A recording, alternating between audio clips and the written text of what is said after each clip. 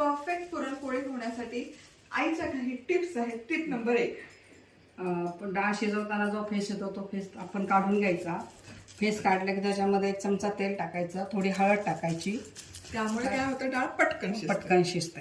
आणि डाळ जर शिजत आली की त्यातलं पाणी काढल्यानंतर आपण ते पुरण परत गूळ घालून शिजवतो. त्याच्यामध्ये आपण सुंठ टाकल्यामुळे डाळ फसायला जड जाते, पुरणपोळी खाल्ल्यावर त्रास नाही होत. आणि पेचं वगैरे जायफळ टाकायचं. आणि जायफळ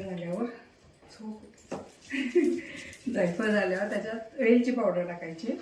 हे सगळं झाल्यावर पुरण इतकं छान होतं. आणि हे असं वाटून घ्यायचं. मिक्सरला नाही करायचं, रगडून त्याची चव वेगळी लागते. आणि कणिक मळताना त्यामध्ये ते थोडंसं जास्त टाकायचं. आपल्या नेहमीच्या पोळीपेक्षा जास्त टाकायचं, कणकेपेक्षा.